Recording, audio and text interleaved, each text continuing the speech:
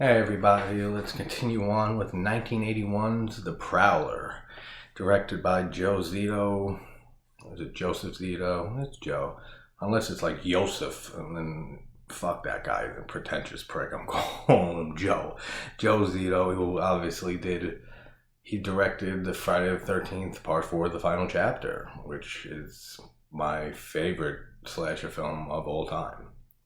And I just think it's interesting how he went from this movie to that.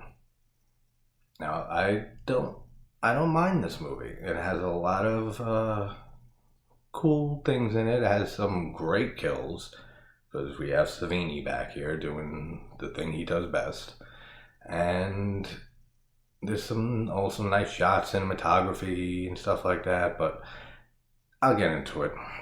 So we have starring Vicky Dawson as Pam. Christopher Gartman is Deputy Mark. The great Lawrence Tierney is Major Chapman, and Farley Granger is the Sheriff Fraser. So this movie was also called, also known as Rosemary's Killer in I think in like Europe and stuff like that. And I remember seeing this film back in middle school because the song by Iron Maiden, I got huge into Iron Maiden in middle school. Like I used to come home from school and I would just throw on remember those like 6 CD changers that like those of you that like are in your 30s or more and stuff will remember this. Like you would have like a CD changer that would come out, a tray would come out and you could put 6 CDs in there and then they would just play one after the other.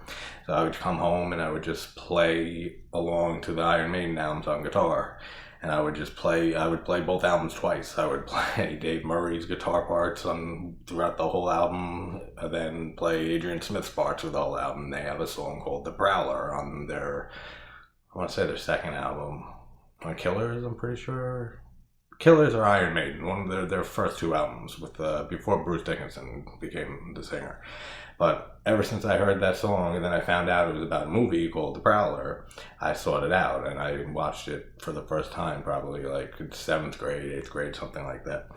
So The Prowler is about a psychotic World War II veteran who ends up coming back from the war, and his ex-girlfriend Rosemary, or Rose, is with a new boyfriend after she breaks up with this war veteran, and continues, he kills them, both of them, and then continues his killing spree on some college kids like 35 years later afterwards in 1980. So we have the opening scene in June, was it 28th? Yeah, June 28th, 1945. And we have Rosemary and her boyfriend Ray, the one that she left the war veteran for. And they go to a gazebo to hook up. And I like her little line when he has to do, like, she's like hesitant on hooking up. And he's like, what about New Year's Eve? And she's like, that's different. I couldn't help myself. That's a cute little line. Then we get the killer comes and he ends up sticking a pitchfork right through Ray, right through the boyfriend, and then just pushes it farther into Rosemary. And great blood, great gore, great effect. Like very, very good by Savini. Good opening kill. And then the killer ends up leaving a rose in her hand. So also good thing it's called The Prowler here, because if it was watching Rosemary's Killer, the other name, then we just saw the killer and we saw Rosemary, she's dead, the end, credits, fucking. So, I'd like The Prowler is a much better title, so it works a lot better. Pam's adorable in this film. Like, she's not like too attractive or anything, but like her personality and like she's not like an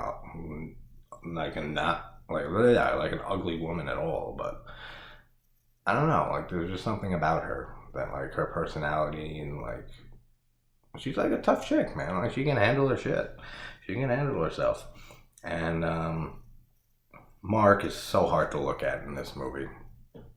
Like, there's something about him, man. It's so hard to look at him. Like, he's got the big fucking forehead and, like, that stupid haircut. And, like, his head just looks, like, bigger than his body. Like, like, his head should be, like, more proportionate with his body. I don't know. That's always stuck out to me the times that I've seen this movie. And I never really cared for him. So, I mean, that brings this film down already a little bit for me. But he's a nice guy and everything, and he's a good... I can't even say good cop or good deputy, because he's really not. Like, this guy's not a good deputy. Like, and he just like, what's with his ego with, like, anytime she mentions or someone mentions, you know, she should call the sheriff and stuff like that. He's like, no.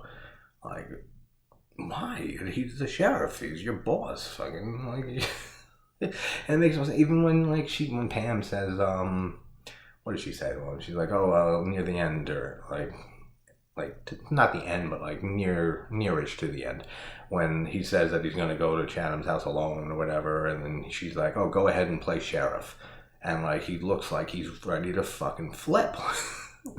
Why? Because she said the word sheriff? It's like, that's his kryptonite. Like, oh, if you say the word sheriff to this guy in the street, he might pull out a knife and stab you in the neck. Like, that's how he seems to me. Like, I don't know what that's about. Like the whole sheriff thing, like, it just seems to piss him off for some reason. I don't get it. I don't know why. So we find out that Sheriff, what the hell is his name? I mixed the two up when I wrote them down earlier. I couldn't tell the difference actually in the movie, and like one's like 100 years old compared to the other guy. Frazier, that's it.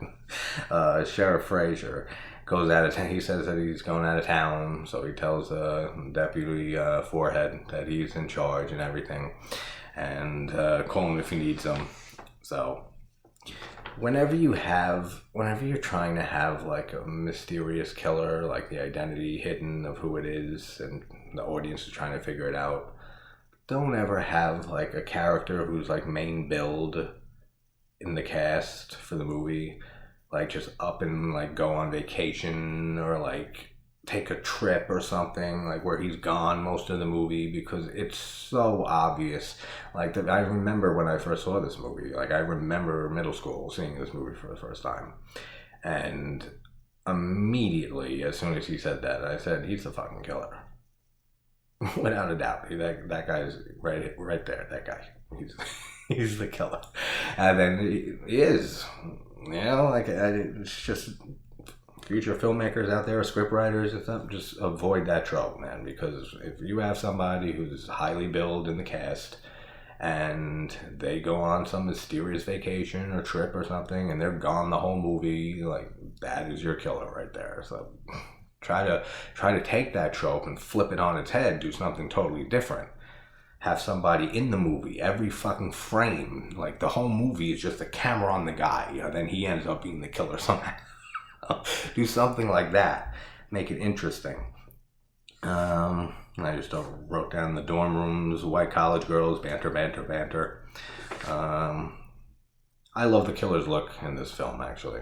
Like, just him in the World War II get up and everything, and then he has with the bayonet, and then it's like the knife in his leg and stuff, and like the slot for the knife in his leg. It's just a cool look, man. He really does have a cool look. It reminds me of like My Bloody Valentine a little bit, but that's like more of like a miner's outfit and stuff. But really cool look for a killer in this movie. I actually really enjoy his look. We had nice tips from the shower girl. Again, always great in a slasher film. I don't remember her name. She's Shower Girl from now on. So then we get the best scene for me in this movie, and the best kills in this movie by far. By far. So good. We have the POV fake out and stuff as we think the killer's coming while the girl is taking a shower, and then it turns out to be her boyfriend.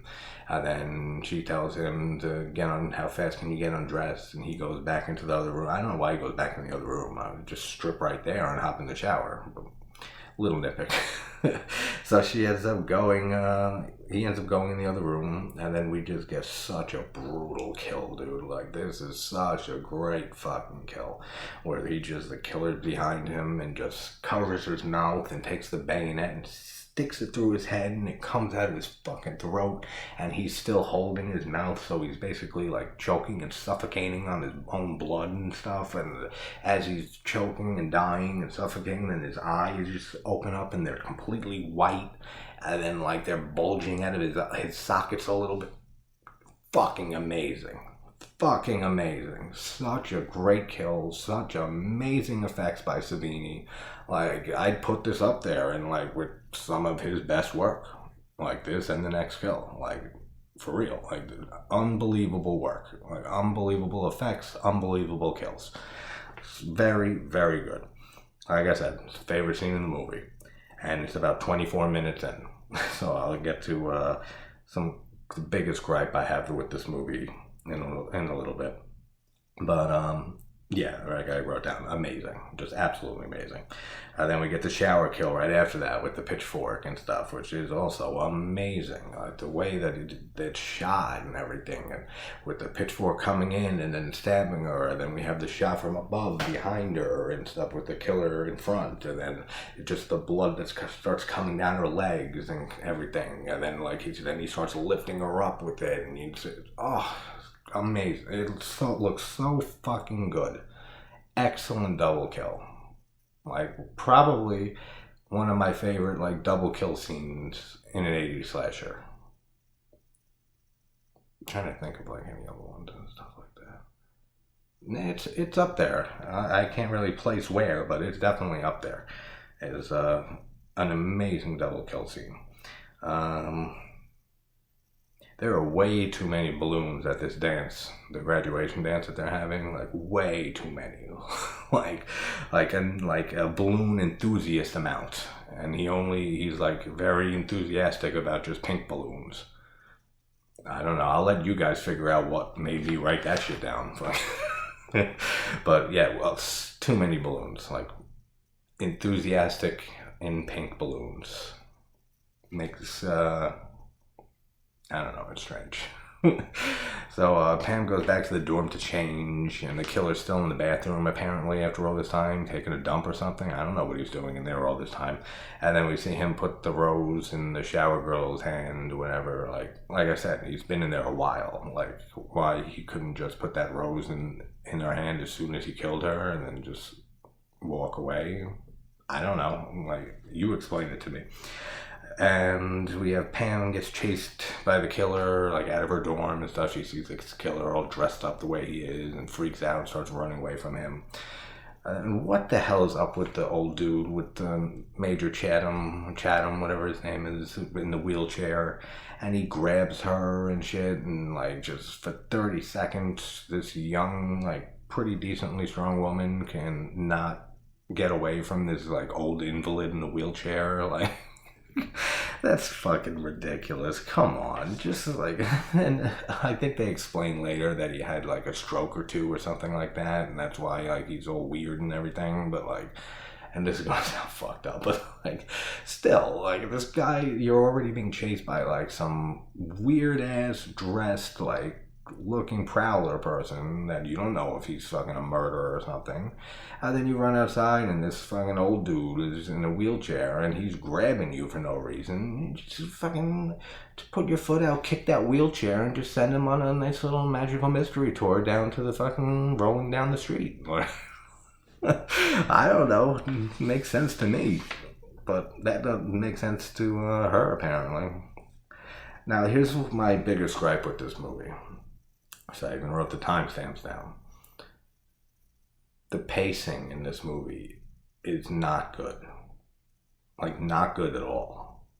The pacing is all over the place. Like, it after that amazing double kill scene that we get, it's at it ends at like 24 minutes into the movie. Nothing happens really until like the 45-50 minute mark, where we find out that Rosemary is Major Chatham's daughter and known as Rose, and she finds the Rose in the yearbook when they're like investigating Chatham's house. Like, nothing happens in this movie for like 25-30 minutes at a time, and it just sucks me right out of the film. Like it's my biggest gripe with this movie. It's just there's amazing kills. The score is decent. I don't really care that much for the score, but it's not bad by any means. There's some great cinematography, especially like at nighttime and the scene like with the cemetery and everything like that. It like looks very dreamlike in a way. Like it's very like surrealish. Like and very good stuff. And, like there's good stuff in this movie. There is, like for sure. But the pacing is just so all over the place and just it totally sucks me out of the film every time I watch it. Like it's just long stretches of nothingness happening, and just Pam and Forehead just going around investigating shit that they find really nothing. And then after they find out about the yearbook and everything, then Pam and Forehead tell the graduation dance chaperone about the Prowler and everything, and she makes an announcement and tells everybody that they have to stay in the building and everything until they have more information about what's going on. And let's see, and then but Lisa, the girl Lisa, she ended up leaving before the announcement because she wanted to go swimming. And we get the swimming pool kill. And then see, like this is what I mean. Like this is like a half hour past like the double kill, which is amazing. Then we get this kill about a half hour later, and it's great. It's a great kill. Really enjoy it. When she gets kicked in the water and stuff when she's trying to get out by the killer, and then she has her throat slit and the blood is and like it's a great throat slit, man. We've seen it so many times in horror and slasher movies and everything, but like just the way he takes the bayonet and he's just like carving into her neck and stuff, and then like the blood is just coming down and spreading into the water, and we get great little like underwater shots and everything. And then like even like near the end, like when he's trying to pull it back out of her neck, he's like trying to pull it out, and it looks great. It looks so good. Such a good kill. Love it. But taking a half hour to get there from the last awesome kill, and like I said, it's just, I don't want to keep repeating myself, but like it just takes me out of the movie like a lot. That's my biggest gripe with this film. And how did he get in that pool? Come on, like he's wearing that whole fucking getup with a fucking bayonet and a knife on him, and who knows what else is on him, and who knows how that shit weighs is like a decent amount. That fucking whole uniform he's wearing. She's in a fucking swimsuit, barely clothed, like she's almost naked. Yet she's splashing around, making noise left and right. But he managed to get into this pool, like, without making a fucking sound. That you can hear a pin drop. Like, get the fuck out of here. Like, that's stupid. I mean, again, it's a 80s slasher. It's a movie, like, but that's what I do. As I keep saying in my reviews, people will eventually just accept it, I guess, or not watch. I just love picking apart stupid shit. And that is fucking stupid. There is no way he got in that pool without making a single sound. Absolutely ridiculous. What is that? Makes a noise, blah, blah. And then if Forehead seriously has time Forehead, this is so stupid. He seriously has time to like arrest the drunk kid at the graduation party for disturbing the peace when they have this Prowler on the loose and stuff. Like, what is that? Like, come on. And it's a friend of Pam's too, so it's like, why? Like, why even bother arresting this kid or holding him overnight or like whatever he's doing? Why? Like, there's no reason for that. That's like and I know they haven't seen like any killings yet or anything like that, but even if they did and everything, it makes it even more ridiculous. It's like if there's a massacre going on in your town and you're a cop and you've seen this massacre happening and shit, and you know it's going to happen again, and you arrest somebody on the side of the street for pissing on the fucking sidewalk or your public urination or something. It makes no sense. Come on, why would he do that? It makes no sense at all. And then we get the chaperone kill with the bayonet through the throat, which is another cool looking kill, man. Great effects and everything. With the bayonet through her throat and the blood starts dripping down. It's dripping down her legs and everything. Very cool. Good shot of it. Like a very good shot when it's dripping down her legs and everything like that. Really enjoy that. Like the kills are good in this movie. They're good to excellent. I have no complaints about the kills or the practical effects by Savini. Like, as usual for the most part. Absolutely really good stuff. I like when we have the kids hooking up in the school basement and she hears a noise and she's like, what was that? And he's like, it's just the wind. And she's like, but in the basement? Like, that's so funny. Like, God, us guys, we'll say anything. We'll say anything. Any girls watching, fucking say anything. We could say like, listen, go up to a girl, be like, listen, we have to get to a hotel room right now. We have to have sex. Are you kidding me? What are you talking about? There's an alien invasion going on. There's an alien mothership heading for the Earth. If we don't have sex right now, it's going to be the end.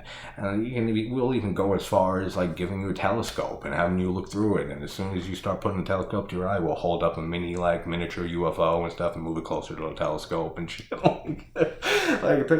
Guys will do anything. Like, it's the point I'm trying to make. Fucking the wind in the basement. What the fuck the hell is he talking about? Makes no sense at all. Like I said earlier about the cinematography, I said it's great, and like the nighttime shots and cemetery scene and everything, it gives like a very dreamlike quality and stuff to it, like very surreal feeling. Then we have that cemetery scene, and Pam's almost attacked by that crazy guy Otto. Like I don't know what that was about. And he like starts screaming, and then like leaves apparently. Like I don't know what that whole little thing was about. And then she tells Forehead, and he completely ignores what happened to her just now, and he just delivers this terrible line. The way he delivers this line is terrible.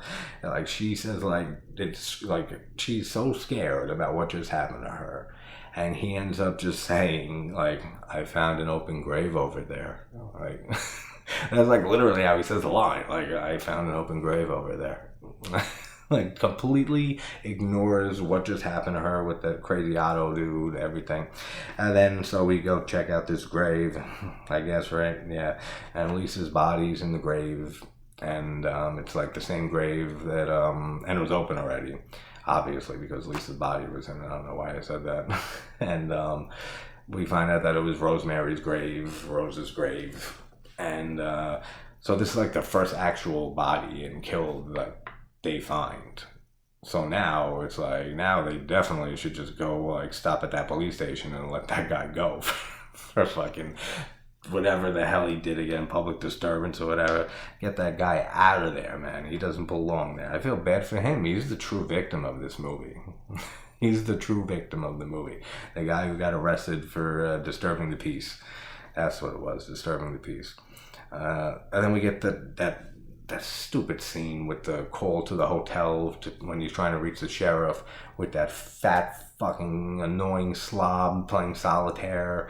And he picks the phone up and he's saying he's got to leave him. This is a cop. This is a deputy fucking calling for an emergency for the sheriff.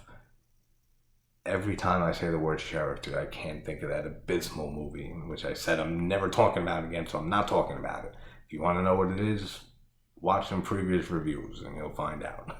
But every time I hear that word sheriff, it's just, it's like I can't hear the word anymore. At least for a long while. And you're a fucking deputy. You're trying to get a hold of your superior. And you got this fat guy playing solitaire who just is a complete dick. He's like, hold on, yeah, I'll check. And he fucking puts the phone down. And then he slams the door, which is the furthest thing from the phone, and slams it to make it sound like he went out to look. And then he starts like flipping cards over that are much closer to the phone he put down. And like he starts eating chips or something like right by the phone. And like Forehead doesn't hear this.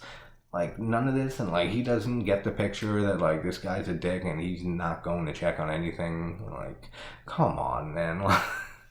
What a weird scene to just... I know it's, like, trying to be, like, comedic in a way, but, like, it just does nothing for me at all. It's padding the runtime. Like, that's all it's doing for me. And like I said, just the pacing issues. That's just another example of it. And so that whole long scene of him on the phone pretending to go look for the superior of the deputy, and then taking the message down, and who knows if he even wrote this message down. It's like in like TV shows and movies when like people ask to leave a message and they're like, yeah, I'm writing it down right now, and then they just like go like this in the air, and they repeat the messages, just saying it like, oh, call forehead, make sure sheriff, god damn it, gets it. And then like the person on the other end of the phone will be like, well, did you actually write that down, or you just wave your pen around in the air? I forget, this is like one movie specifically that I'm thinking of. Oh shit, what is it? Hot Rod with Andy Samberg, Bill Hader, and Will Arnett and stuff. That's a funny movie, man. If you guys haven't seen that, that's a funny movie, Hot Rod. Great stuff. Let's see. Cool. Hotel with the stupid fat fuck. Yeah, we went over that. Blah blah. Again, I wrote minutes upon minutes of nothing at Major Chatham's house or place, whatever. Just nothing happening. Like, forehead gets knocked out by the killer. And then the skeleton in the chimney. That's a nice little touch. Like, that's a cool little thing. It looks cool. The effects on it look good. The makeup and, everything about it. That's a nice little touch. The Prowler chases Pam around, calling her Rose. So he's, like, really gone at this point. If we get another fucking... And I know this is from, the early 80s. And we've seen it so many times since. But it happened in Friday the 13th Part 2 also. Which came out in 81. Yeah. Came out in the same year. And with the same cliche has been used so many times since, and before, most likely, probably, definitely, yeah, I can think of some movies before, when the killer's trying to look for the final girl, and she's under a bed, or she's under something and hiding, and then a rat shows up, and she freaks the fuck out from the rat, who most definitely is not going to kill her, but yet it's not afraid of the killer with the pitchfork and the bayonet and the knife and stuff that absolutely will kill you. But you freak out from the rat. Now, she doesn't freak out this time, which is smart. That's good. I'm happy about that. But I haven't seen this movie in years, and as you can tell, I'm not too big on it. So when I saw that again just now and stuff, rewatching it, I was like, please don't like have her freak out or something like in Friday, you're like pissing herself or something like that. And she doesn't. She just lets that rat go, which is good, because like if that was me and I was hiding from some fucking killer, I don't care if there was 1,000 spiders crawling all over my body. I don't care if 10 rats started fucking crawling all over me. That shit's not gonna kill you. That motherfucker, the killer out there, is literally, it's in his name. He's a killer. Fucking, he will kill you. So, I don't know. I've never understood that cliche. It's used in so many movies with the fucking rat coming out and they're like more freaked out by the rat than the fucking psychotic killer trying to get them. It's so overused. They got to retire that completely from film. Rat goes there, blah. Then we get that crazy Otto guy who I don't know why he freaked out on her in the cemetery when he comes here to like save her basically and shoots the killer, which is a cool little shot and stuff. Shoots him, and blood sprays on the back of the wall. Looks really cool. Then the killer just ends up sitting back up like a few seconds later, 30 seconds later, something like that, and just blows Otto away, man. Completely just blows his ass away. And which is great. Another awesome thing. And then we find out that the killer is the sheriff. Like I said, it's so predictable. Like, it's so apparent. Like I said, as soon as he says, I'm going on a trip, see ya, fucking, it's like, yeah, because you're the fucking killer, dude. Like, come on. Like, it's such a bad twist or bad reveal of the killer for me, in my opinion. Of course, disclaimer, everything I say on this channel is my channel, so it's all my opinions. Everyone is completely entitled to their opinions, absolutely. And then we get a great head explosion, like in Maniac almost. I prefer that one, but This is great. You know, when she ends up pulling the trigger on the sheriff and blows his fucking face apart. His whole head just explodes. Looks sick. Great effects by Savini, as always. And then we have Pam just going into the dorm room and goes into the shower, and she finds the two bodies of the couple that have been there for hours at this point. And she has like a hallucination or a dream or something like that, where like the body of the guy like attacks her or grabs her arm or something like that. She screams and then like looks back in and he's dead again. And that's the end. Right now, and yep, that's the end. Like I said, and I know some one of my newer subscribers. I told them that I would do this for them, and sorry I don't have as great things to say, man. It's just the pacing issues is just the biggest thing for me with this movie. It's just slow a lot of the time, and it just takes me out of the film. Like, even near the end of rewatching this, I constantly kept checking my phone, like checking the time. I'm like, all right, can this end? Like, I don't know. It's just, like I said, there's a lot of great stuff in here. There's a lot of great kills, like great to excellent, especially with the couple and stuff in the dorm room. Excellent kills. The score, like I said, is decent. I don't care much for it. There's some great shots. There's some great cinematography. I can't really say there's any great acting or anything like that. But then we have, Pam is a good character. She's not great. We have Forehead, who just, like, I can't stand looking at him and stuff. And then his whole ego about the sheriff thing, like, his character does nothing for me. And then that's basically it. Like, it's a good movie. It's a good slasher film. But it's one that I never put on, like, voluntarily. Like, I never will be scrolling through and say, oh, the Prowler, let me watch that. It just doesn't do it for me. For some reason. I know a lot of people who love this movie. A lot of people who love this movie. And I also know a lot of people who really don't care for this movie. And I wouldn't even go far as say I don't care for it, or that I would never say it sucks or it's bad or anything like that. There's too many great things in it. It's just the pacing is so bad for me that I just don't enjoy watching it. If anything, I'd rather just look the kills up on YouTube or something and just watch that like 5-minute clip of the compilation of all the kills and be like, cool, Prowler, done. And then, like, it's not like other slashers like Pieces or like any of most of the Friday the 13th movies, or like any of the classic franchises, or the Mutilator or Blood Rage, which I'll be doing next. And Maniac, Don't Go in the House, like so many, Tourist Trap, which I just reviewed, Intruder, like any of those movies, Butcher Baker Candlemaker,